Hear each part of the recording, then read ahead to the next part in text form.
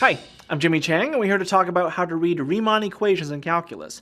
Now, more often than not, you may actually see Riemann equations written as Cauchy Riemann equations because Cauchy worked on the equations and Riemann worked off of Cauchy's work. So when it comes to these kinds of equations, you might see them listed as Cauchy-Riemann equations as opposed to just Riemann equations.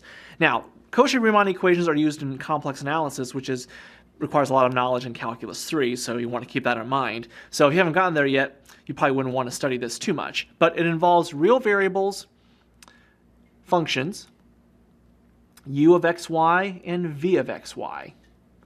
That means u is a function in terms of x and y, and v is a function of x and y. And there's two equations you want to think about when it comes to Cauchy-Riemann equations. Here's one of them.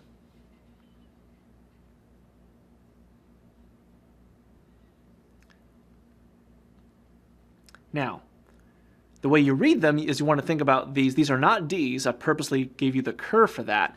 Now, whenever you see symbols that are like this, we're talking about partial derivatives. So partial derivatives means you're taking the derivative of just one variable and not all the variables in that function. So partial of u, this left side says the partial derivative of the u function with respect to x. That means for the u function, you're only taking the derivative with respect to the x variable. What happens to the y variable? The y variable that's not mentioned here is treated as a constant. As you know, the derivative of a constant is equal to 0.